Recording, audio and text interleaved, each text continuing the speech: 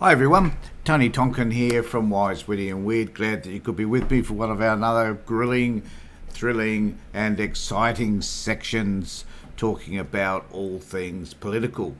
As some of you may be aware, I spend a fair bit of time discussing what's happening on Sky News. Now, why do I do that? Well, simply I don't have enough time to do other things, clearly, and that this is highly important and certainly relevant to all of us, because there are a few people out there, I believe, who subscribe to Murdoch Press and listen to the crap that emanates from Murdoch news readers, media, political commentators, and so forth. So this is an opportunity just to have a look at some of the inequities and some of the sad things that they do there at Sky News. So what I wanted to look at today was I came across yesterday a really interesting statement or a video section by Rowan Dean. Now, I often tend to refer to most people on Sky News as morons, and I guess that if we have a look at Rowan Dean and this particular segment I'm about to show you, you will understand exactly what I mean. The man is so obsessed with everything that is right wing, he can't see anything that's in the middle, and particularly around climate change, as this particular video will show you. He hasn't got the facts right. So what I plan to do is just run through a little bit of his spiel, which runs for about 5 minutes, and then interrupt it every now and again and put up some statistics of my own that might help to understand better as to what's going on, and give some commentary around Rowan Dean's inaneness, his stupidity, and the fact that he doesn't even look. Morons would be offended by the way this man carries on, seriously, and a lot of the other people like Alan Jones and Paul Murray and Bolt and others. So I'll just play a little bit of this. You watch it. You tell me what you think. If you agree that perhaps I'm a bit off the mark, then I'm happy to listen to that. Happy to accept any criticism that comes my way. As well, and fair enough. I mean, I dish out a bit myself, so it's okay to receive it as well. So this is the segment, and we'll see what he has to say. So he's talking about, the title of this is Outsiders Weather and Ice Age Watch. So they are the people that keep track of, so they're meteorological experts, and they keep track of what's happening around the world in relation to weather conditions. And as you'll see by this segment, Rowan Dean has extracted some really relevant and important information that should be shared with us about moments in time, recent moments in time, in fact, where the weather has been significantly what he would like it to be, because it justifies his version that there is no such thing as climate change. And this reminds me of the time where in the United States a guy brought in some snow from outside to demonstrate that the climate wasn't warming. You know, that's really intelligent. And the time I think that Morrison brought in a lunk of coal to show how important it was. This is just a different element of moronism. So let's just play a little bit, and then you can comment on the other side as to what you might think of this. So here we go.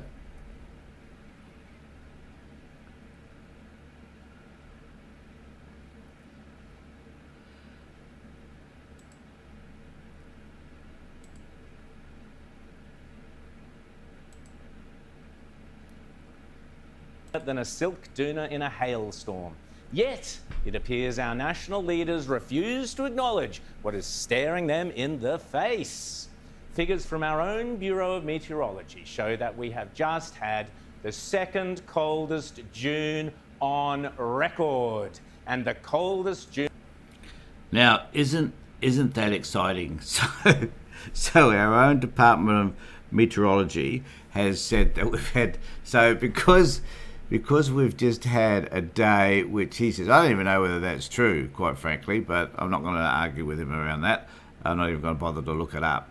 But whether we've had the second most coldest day on record, that one day out of the millions of days that have come before seems to be extremely significant to this man, because clearly in that one day it tells us so much about the longitudinal effect of our climate, and which direction is our climate going in, given that one particular day. Now, to be fair, I'm about to give some examples that also about immediate differences which contradict what he's saying.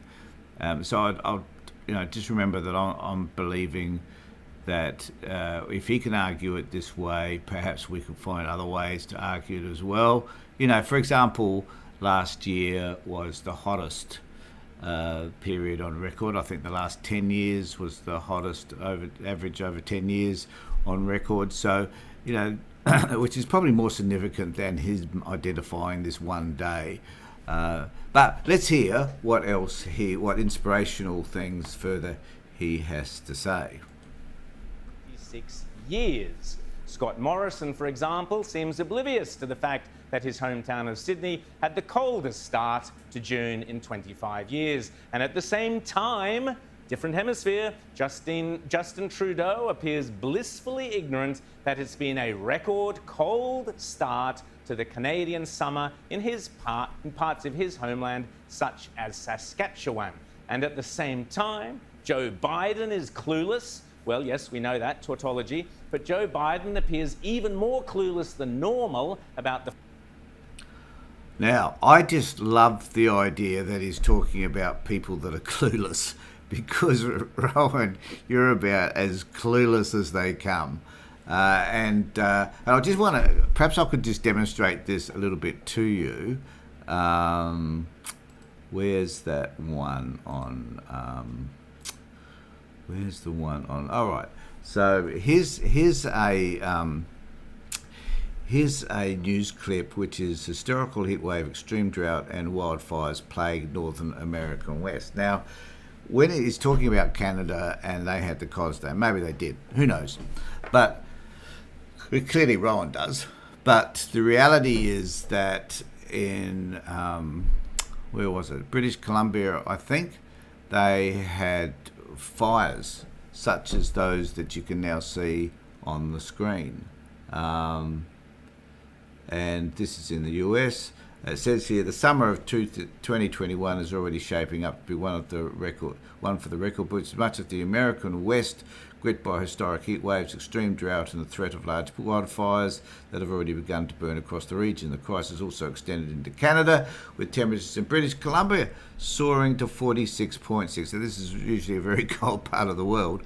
And this was on Monday, shattering records for the area where few are set up for such intense heat.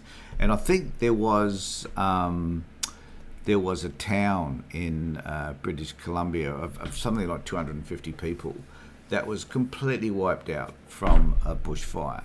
And I mean, it's sad to hear those events, but that is different to the narrative that Rowan Dean is trying to tell us. That there is something happening, certainly there is, but it's not what you're telling us, Rowan. You're telling us alternative facts. So he's picking out these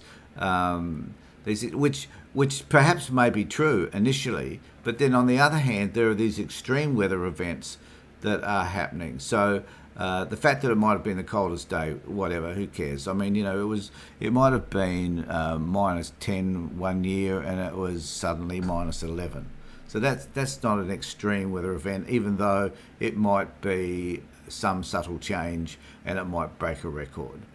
But what's happening in the US and Canada has been extreme, way beyond what they've ever experienced before, and surely that must be giving us an appropriate message. So let's go back to Rowan and see what other further crap, I guess, he's got to tell us. That have invaded his own West Virginia. And Boris Johnson obviously spends far too long under the bedsheets with Carrie to bother looking out the window of Downing Street. I don't even know why he says that summer shit. frosts have swept across his beloved Great Britain. We've also had record cold in Brazil and in South Africa, and record snowfall in New Zealand. But even all of that didn't stop world leaders getting together recently at the G7 in beautiful Carbis Bay in Cornwall to announce their ludicrous net zero plans to destroy your job and your children's and your grandchildren's future. I think what he comes up with next is just crazy batshit, just bizarre shit. So he's about to. So this place where they're meeting is about to bring up a comparison somehow between this place. So let's see how the moron in chief does that. Prosperity in order to save the planet from global warming and rising sea levels. Perhaps they should have simply looked over their shoulders instead. Here's Carbis Bay 100 years ago. But bizarrely, after a century of evil capitalist industrialisation, the sea at Carbis Bay has not risen one jot.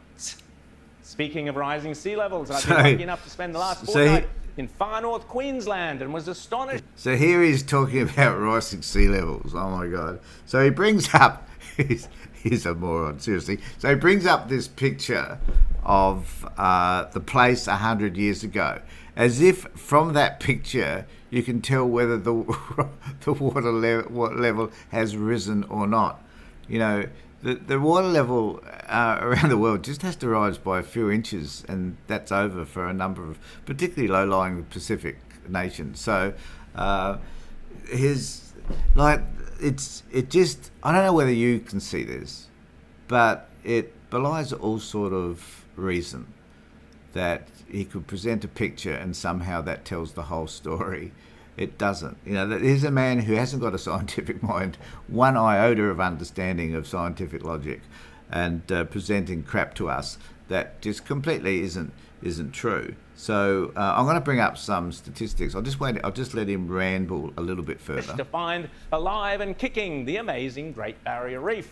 It's still there. What's going on? You see, back in 2016, there was a major bleaching event in the northern section of the reef, which led to panicky doomsday headlines. And the Queensland government actually did do something about rectifying the bleaching on the reef so that it didn't continue. And some of that bleaching has diminished, but it's still a problem on the Great Barrier Reef. Look, mate, dickhead, it hasn't gone away. It hasn't gone away. It's still there, and it still lingers as a problem.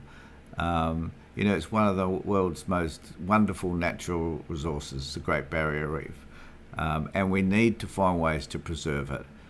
But and we're not doing all that well in that regard, even though there are some improvements, and we have taken note. So when we've done something about it, it has improved the reef to some extent, I think. But we're not going to be able to change it if we keep spewing crap out onto the barrier reef from the mainland, and if we're not taking note of the changes in weather and the flow of water and the warming of that water and the way that affects the natural growth of whatever, of fossils and other things.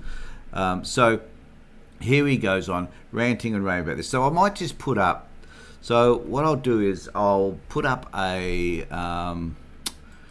where is it now? All right, so I'm about to show you global sea levels. Now, this is from climate.gov. So they're, I'm assuming, they're a non-partisan organisation that just has scientific look at things like climate change. And what they've come up with here is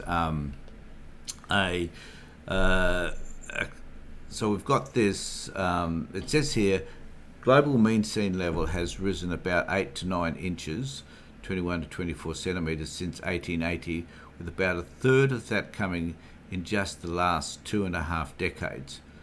The rising water level is mostly due to a combination of meltdown from glaciers and ice sheets and thermal expansion of seawater as it warms In 2019, global mean sea level was 3.4 inches, 87% above the 1993 average, the highest. So when we start to compare things with, so you can see here that on this map, on this chart, you can see how the levels they've gone down on occasions, but over time, those levels have risen, which surely should be, for any thinking person, should be a concern for all of us.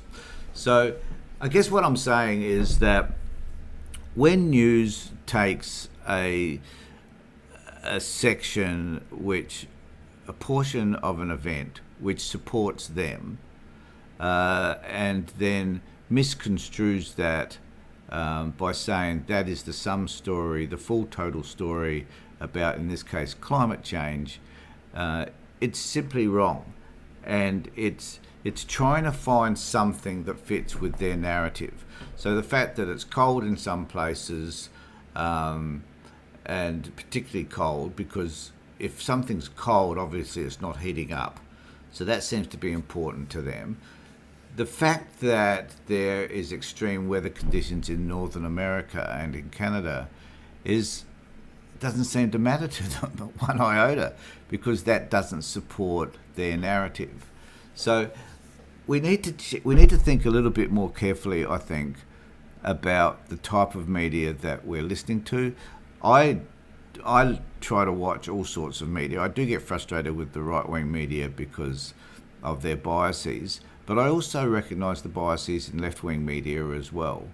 I often watch Morning Joe with Joe Scarborough, and I can see all their terrible biases coming through.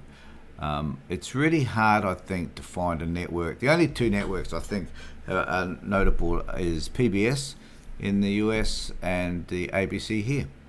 PBS is funded independent of the government, I think, might get some funding, but mainly from donations. The ABC, of course, is funded by the government here in Australia, but at least there tends to be a more sensible and reasonable way of observing and reporting the news.